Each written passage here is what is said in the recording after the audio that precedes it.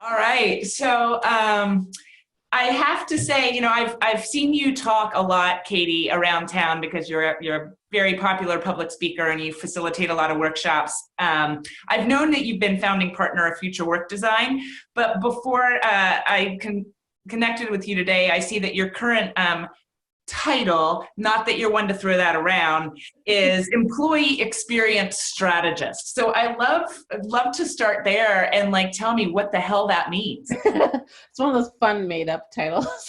Yeah, as they all should be. Yeah, I didn't love the principal or partner title for me. It just didn't necessarily feel right. But I feel like what I do is strategy. I think any kind of work in EDI, any kind of work in helping employees is a strategic work. And I think my HR brain kind of bristles sometimes at just the term human resources, just like what that conveys. And so employee experience strategist just felt like, yeah, that feels like what I do. It feels like my job is to really create strategy around how do we create a better employee experience. So it felt good. Yeah. It was made up, but worked.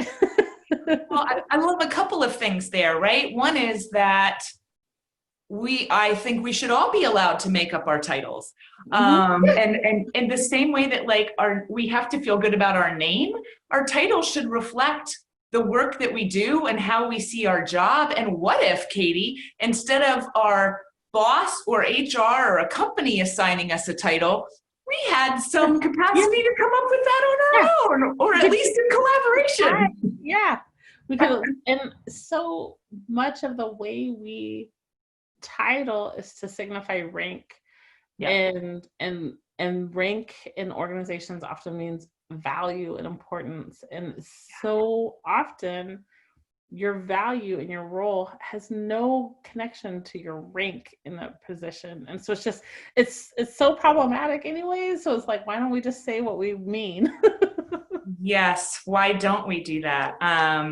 That's certainly what I try to do in my business is one, name the elephant in the room, but also to like get over the use of euphemism or meaningless words, because it just interferes with communication and relationship. So how do we just like say the real thing without dancing around it? Yeah. And I think it's just starting to be authentic and speaking about it. I think it's like us just showing up and living authentically in our roles and just naming ourselves. I don't know if a lot of people have the power to do that, but I'd like them to. Yeah, right. I mean, you and I as founders have the power to call ourselves what we want.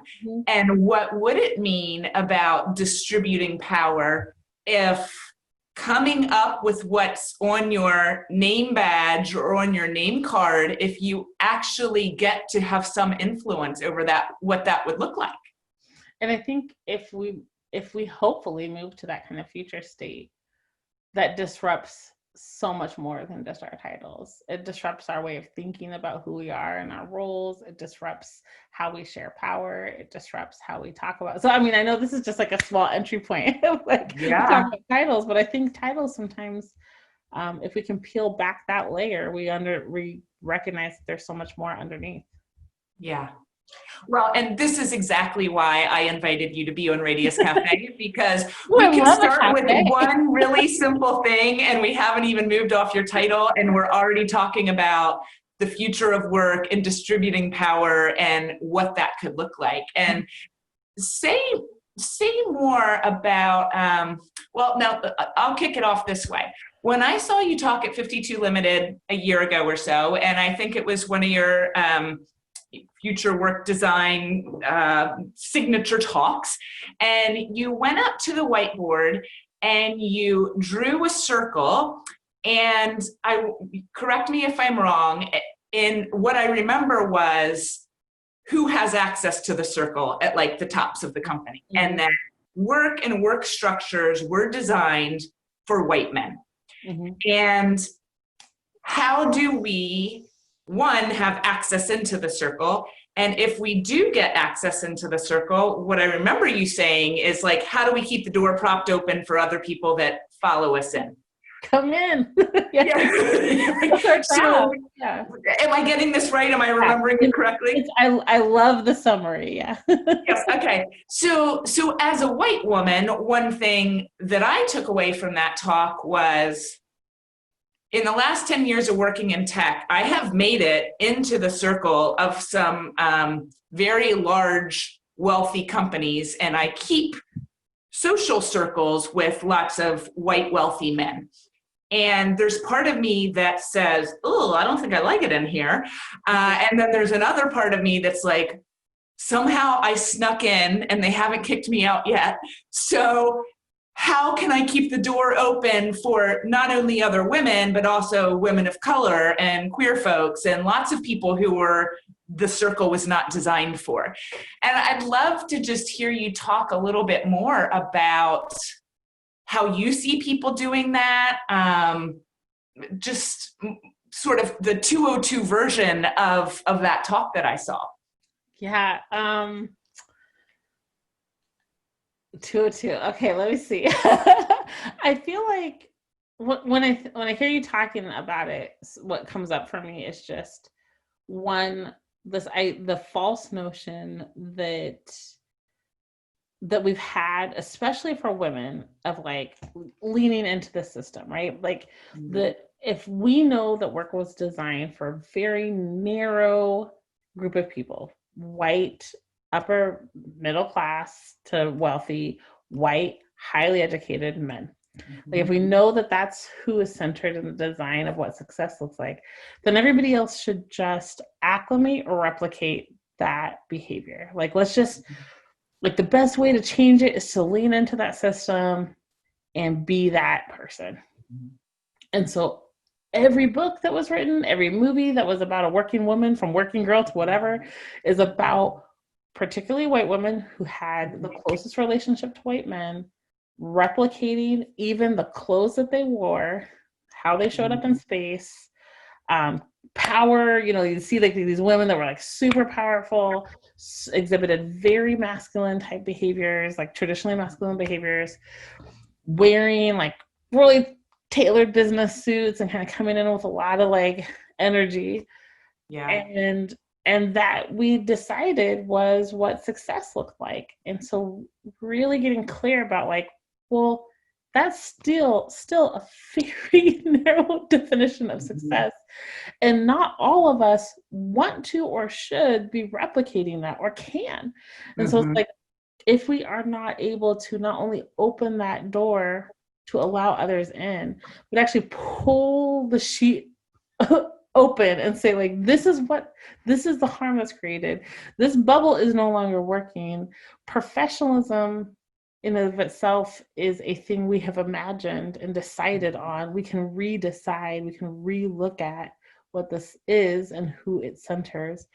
We will actually have people show up with their full selves instead of pretending to be something that they're not.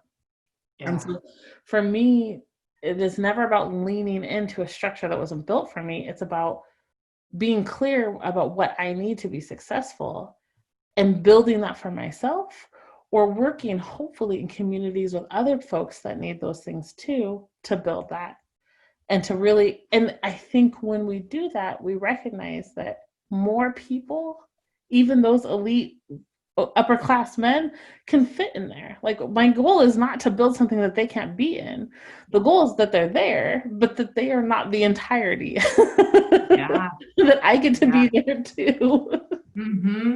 So I don't know if that's 201, but it's definitely like how my point of view of thinking is. Yeah, well, in some ways it's 201, and in some ways it's the PhD, right? Because it so bucks the norm of the last several centuries that, I mean, I know I'm preaching to the choir, that there are a lot of, not just men, but a lot of people who experience fear if we're trying to dismantle anything.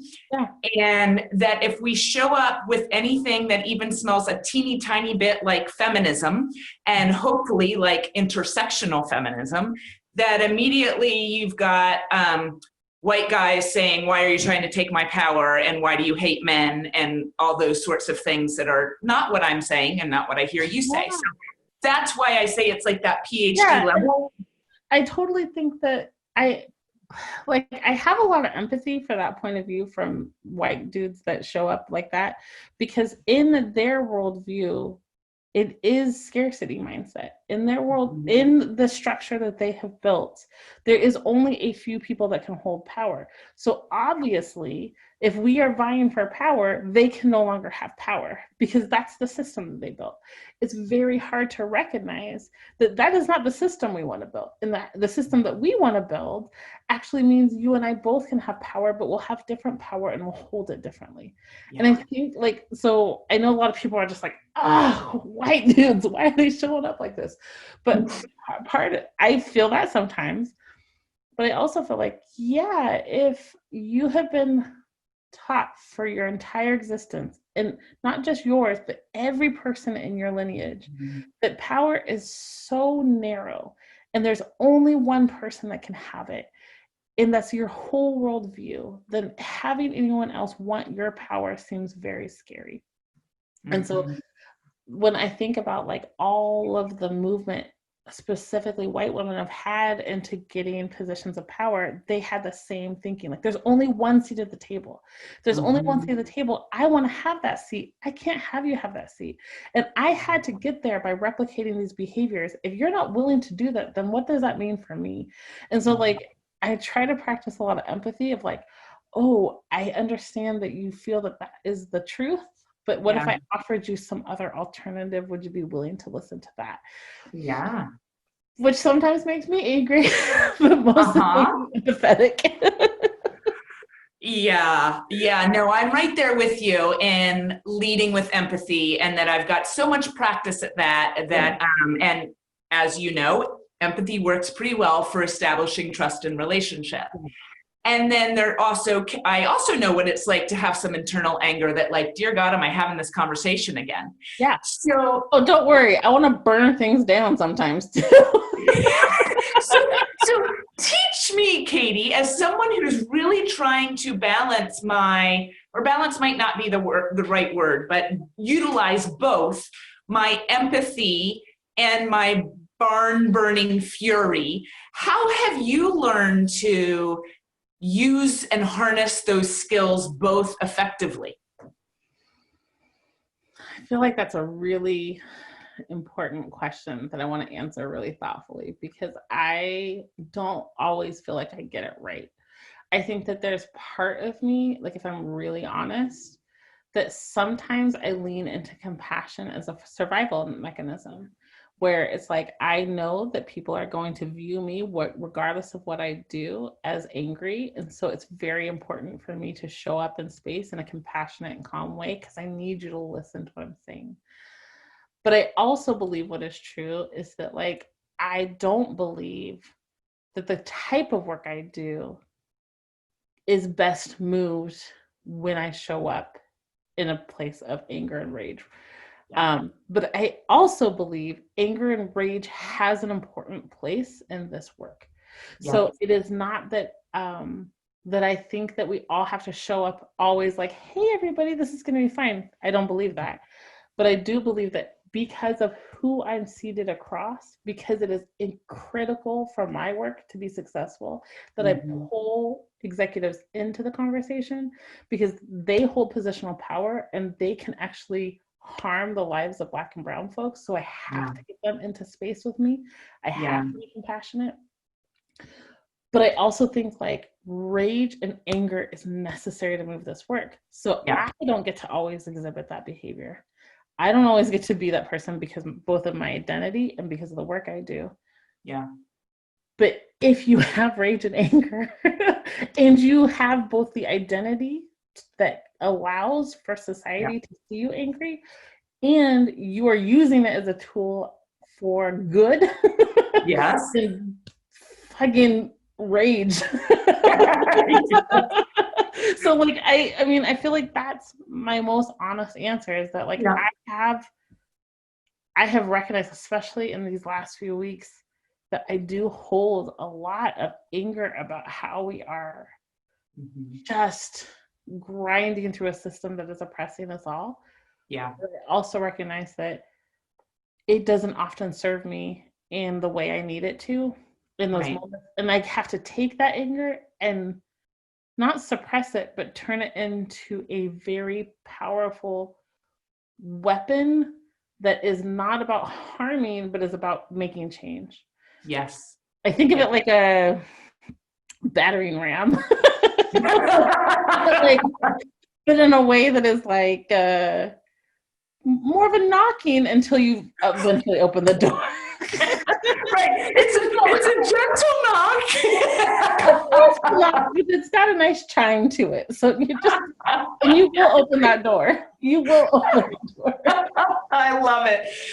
Yeah, right. Like the compassion extends to knock, knock, hello, are you in there? To, hey, it's Lori. I'd love to come in. Can I come in? And then if you don't, look out. Yeah, so I do recognize that part of why I show up in space the way I do is because of my identity, because I'm acutely aware that I am often the only person of color in that space. And there's already a narrative about how I show up that it is critical for the safety of other Black and brown folks that work in that organization that I do not replicate their impression. Yeah. So it can be exhausting, but I'm very aware of that when I'm in space.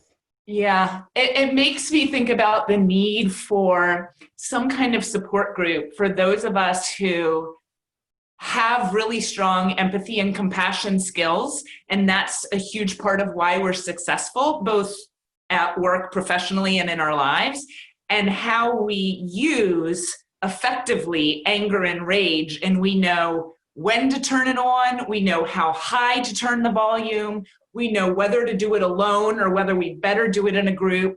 How does Lori, as a white woman, access that in a different way than the way that you identify? Like, because it's super complicated. And so complicated. And as someone who has led with empathy for decades, I can use that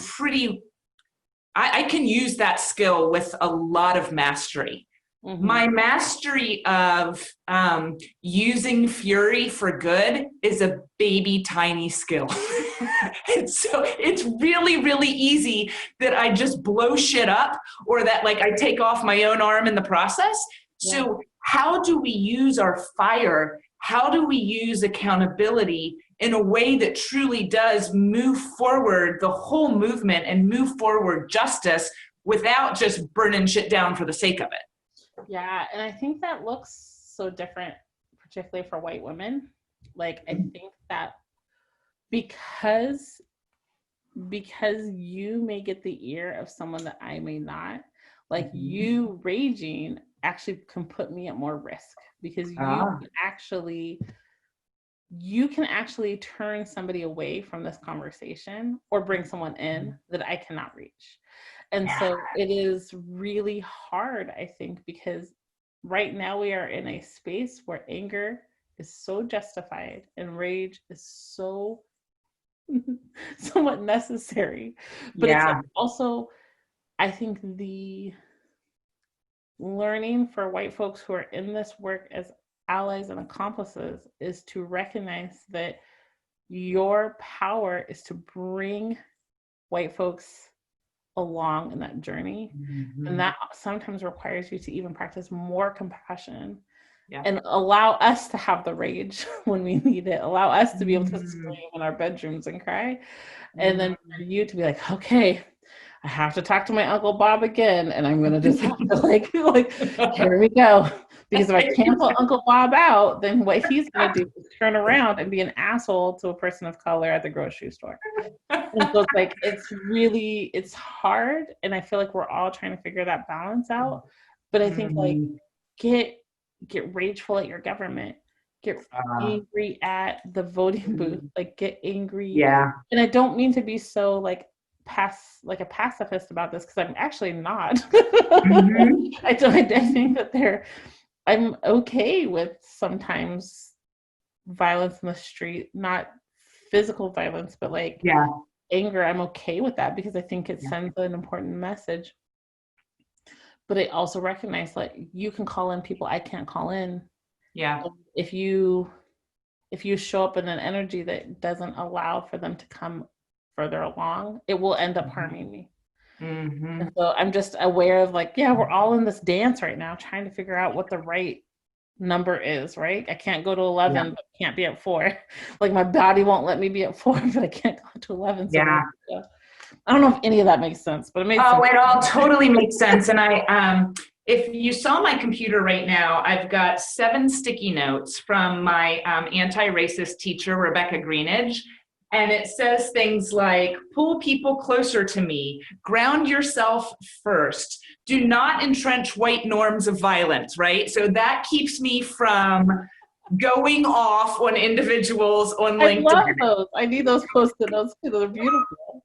Right. So that's really useful. And then there's going to be and then this one right here says, first do no harm, right? Which is pretty much my life value, right? Like, I'm generally not a harmful or intentionally kind of person. Of course, I harm people all the time.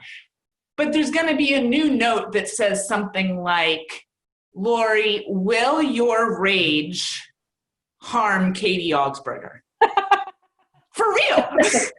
Because it's really important. I could just write, will it harm Black women, or will it harm BIPOC or something? But if I have your name attached to it, then it's going to make me really super thoughtful of how I respond to that white HR person in my LinkedIn network, or that white CEO in my tech network, right? When I'm like, all right, I'm over with the empathy. I'm coming out guns blazing. I'm tearing you down because my fire feels good and I'm done being nice, right? Yeah.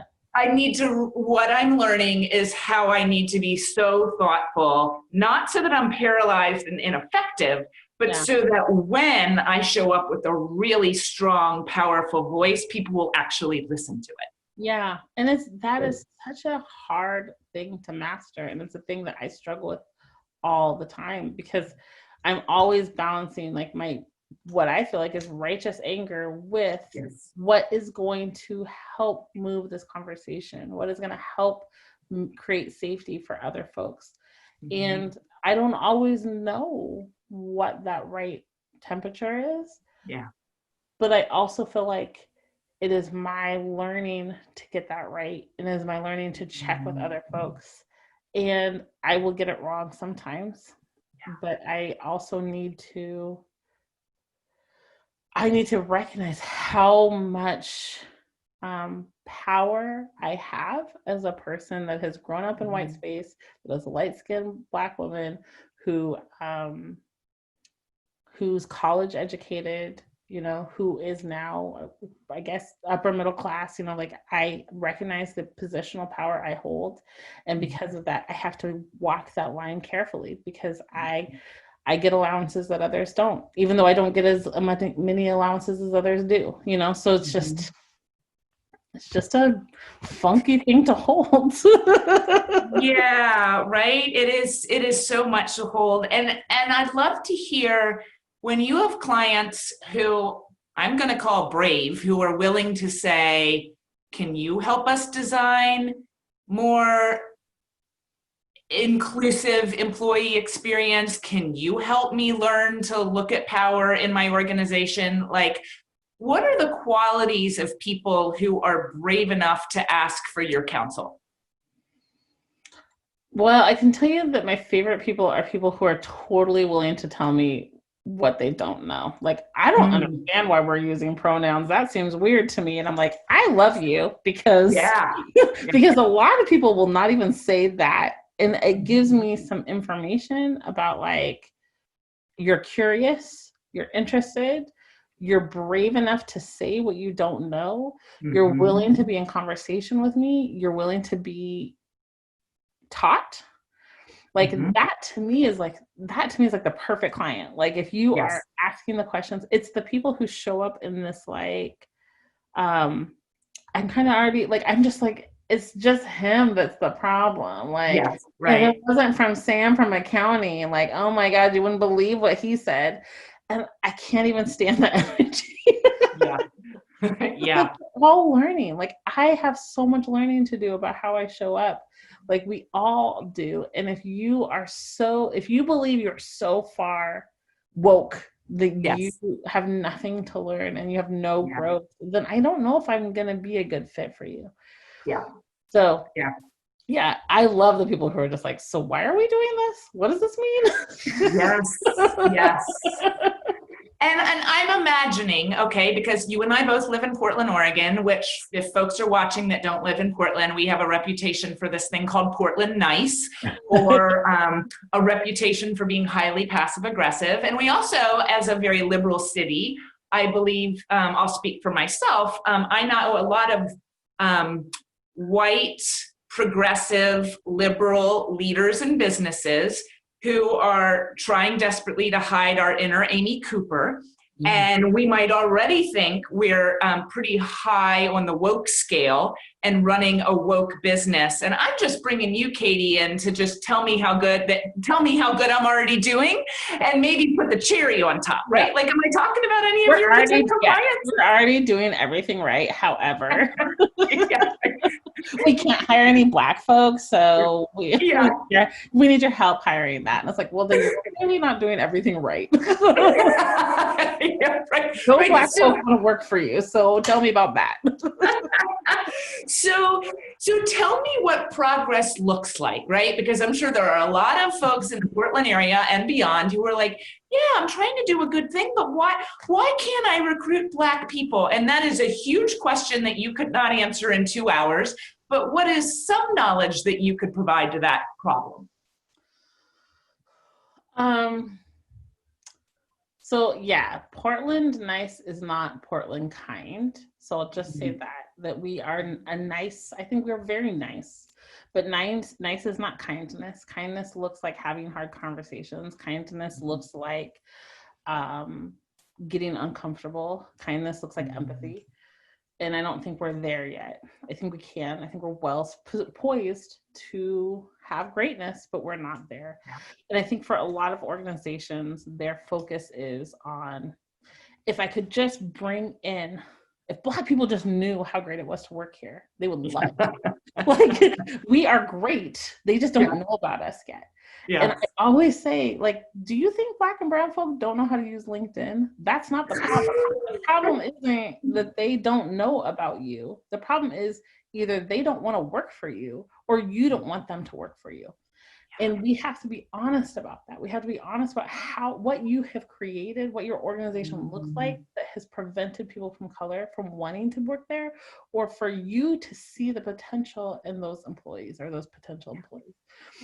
And I don't think organizations want to do that work because it's so much easier to transfer the responsibility of the lack of diversity away from you and onto those candidates. It's their fault they can't find us. We're so great. All the white folks know about us. I don't know why the Black people aren't coming here. And it's like, that's you have just transferred and absolved yourself of all responsibility. And you've put it on to the candidate as if they somehow just can't find you. Especially if you're a giant company. That's not the problem. The problem is, are you asking them what they need? Are you creating a workspace where they can see themselves? Are you promoting? I don't care what your retention or your recruiting numbers are if your retention numbers are terrible. I don't care about what your retention numbers are if your promotion rates are terrible. Are you promoting and growing people of color? Are you compensating them fairly? Can they see a career there, or do they see a job there? Like, these are really important questions we have to get serious about answering before you bring in more Black folks to do harm. Like, you're going to do harm to their career and their livelihood if you're focusing only on recruiting. I don't know if that answered your question. Well, no. Well, like I said, there's no 5-minute answer that you could possibly give. What it does make me think of when you're talking about whoever's in power absolving themselves by making it be about the potential recruit. and in addition to that, that I'm going to hire a Black person in recruiting so then they will solve the problem, or I'm going to hire a Black person in HR or DEI, and then it's their responsibility. But until the white folks in the CEO and CFO and COO positions are seeing it as their personal responsibility, I don't know how you actually make systemic change. No, and what you're doing when you hire a Black person to do recruiting or a Black person to do HR without actually fixing your systemic problems is you're utilizing the capital of those people and their relationships in order to diversify the organization. You're using their face and their capital to diversify your organization with doing no work as the organization itself. And that is, again, exploiting Black and brown folks for the profit of white people. So you're like, it's really important to get to the seeds of like, what are we doing in our organization? What are the systems in our organization? It's not enough to just recruit people in. That's not going to solve any of your problems.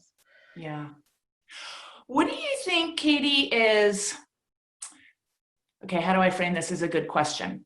I've been in coaching and consulting for about 10 years.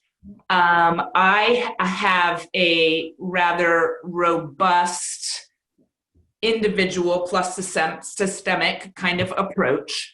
And I'm constantly up against other folks doing executive coaching who have what I will say looks like a silver bullet package, right? It's much more neat and tidy. Oh, you have this problem. Here's what we pull off the shelf to fix it. It'll cost you exactly this much and we'll be done in this date.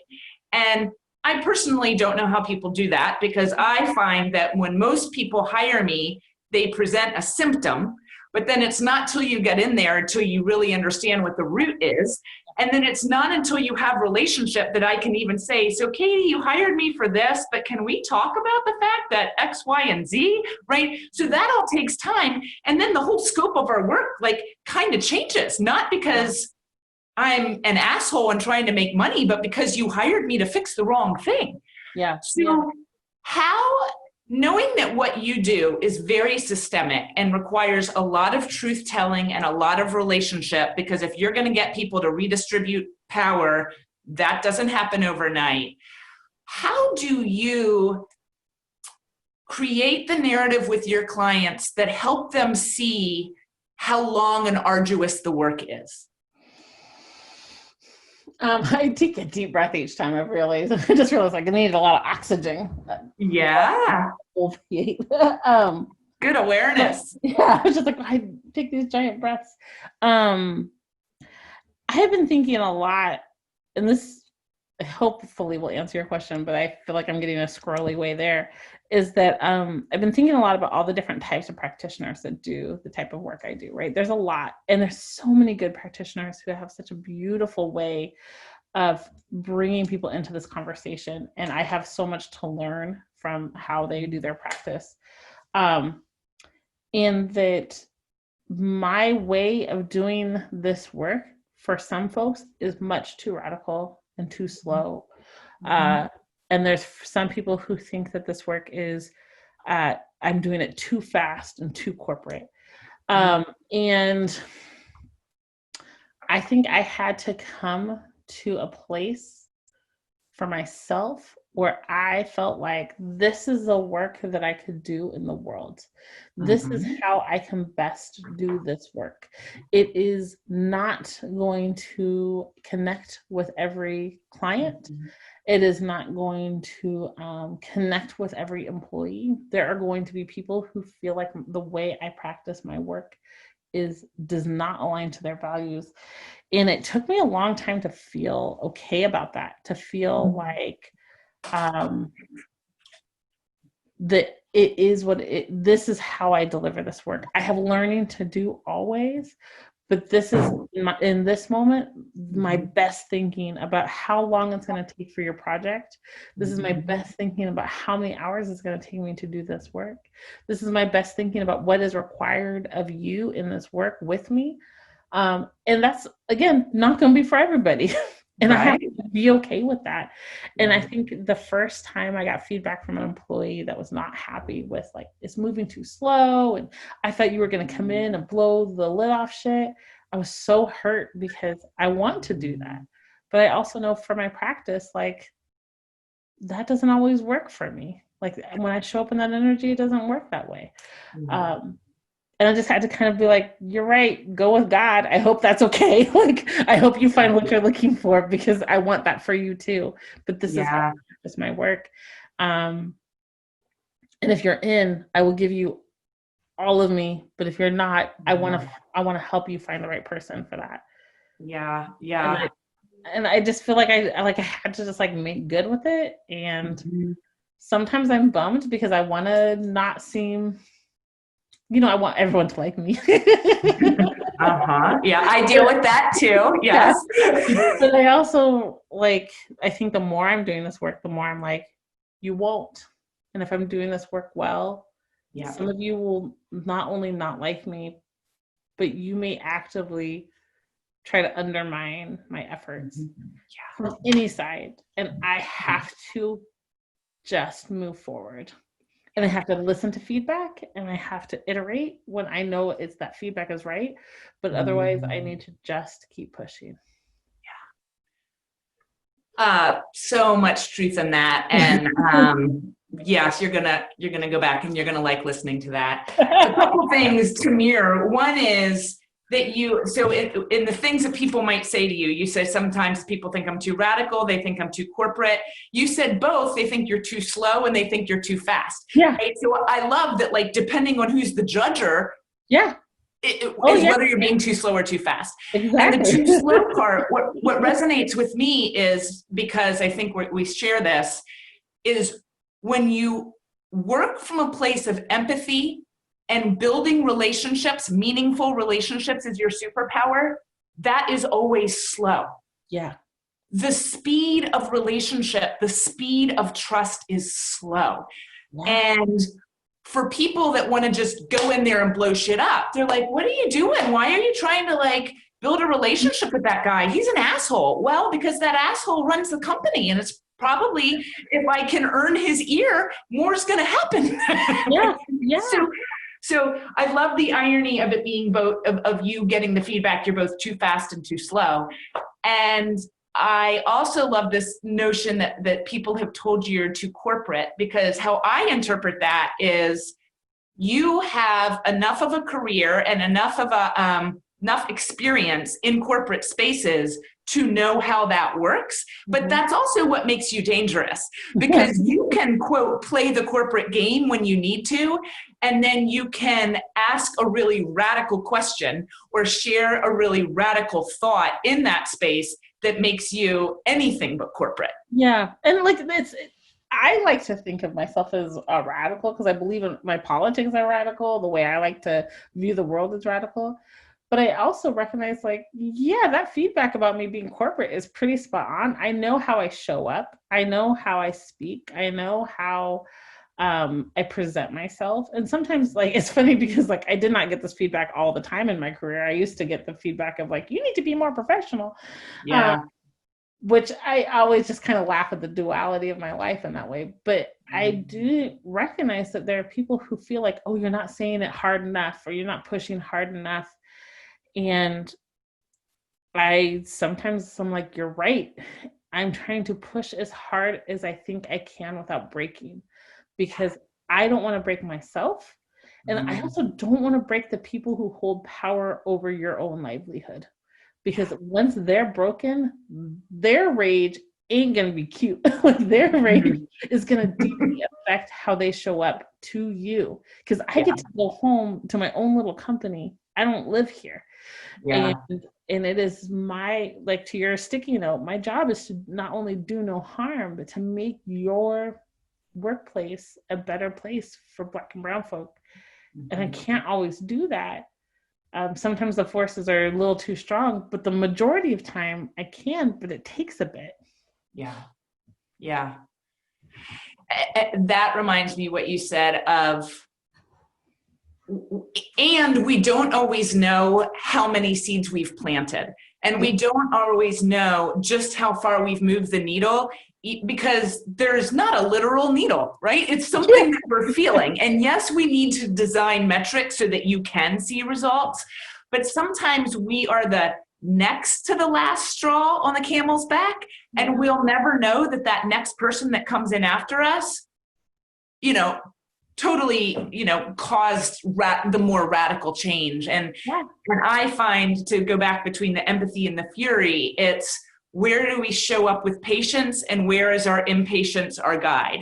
And where are we enabling bad behavior, and where are we really holding people accountable? And I think for those of us who get to do this work, I would like to see more coaches and consultants and HR folks who are able to wrestle with this duality, because I think it's a requirement of the job. Yeah, I think it is too. And I think because it is so taxing, like we often don't think about it as it is a taxing part of the job. Right. It is emotionally exhausting. But I really feel like that's how this work is done best. Yeah. And I want to mirror what you called yourself earlier, a practitioner. And that word means it's an ongoing practice, right? Yeah. You didn't call yourself, I'm an expert.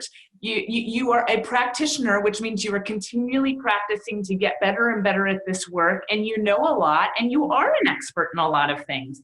But to me, that kind of language offers a kind of humility, and it also acknowledges that you do and you will continue to make mistakes. Yeah.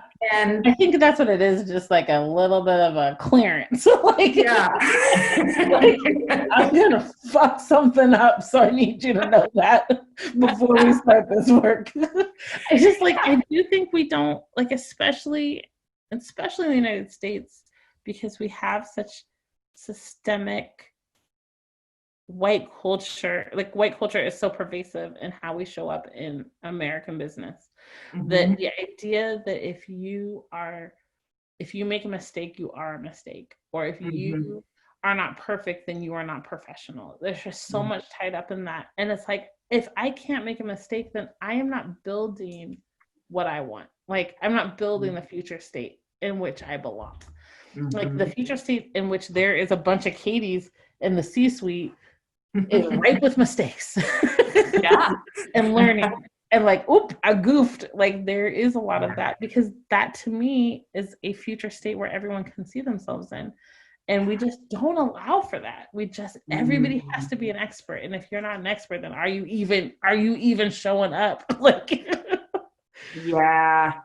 Well, and in closing, if I can reflect that not only do you talk about the future of work and strategize about the future of work, but the way you show up models what you want the future of work to be, right? And that is that humility, and that is your abundant mindset, and that is your optimism. And then even though the work can be taxing and it can be really hard and it can freaking break you down, that you know the value of rest, and that you know the value of self-care, and you know that you are a valuable person because of who you are and not just because of what you do. And none of your slick strategies or PowerPoints are going to get... Wait, you think my PowerPoints are slick? No, your PowerPoints are amazing. This is the fanciest compliment I've gotten. They are polished, they are professional, but they are the polished and professional with Katie Augsburger, who is the real deal, making mistakes and learning as she goes along. And your ability to combine that, I think, is part of your wild appeal. Oh, that is the most lovely compliment. Thank you. I'm also going to immediately tell all my business partners that you said that my presentations are slick, because they are constantly making fun of me about my Well, they're way better than mine, Katie. I'm like, dear diary. I love it. Well, thank you so much for taking time to do this. I loved this conversation. Thank you for making sure it happened. I really appreciate it. Absolutely. And I look forward to many more conversations between us and in the community. And hopefully with real physical food in the same space. Yes, here's to that. This is not the same, but all right. Be well, Katie. All right. Bye, Lori. Bye-bye.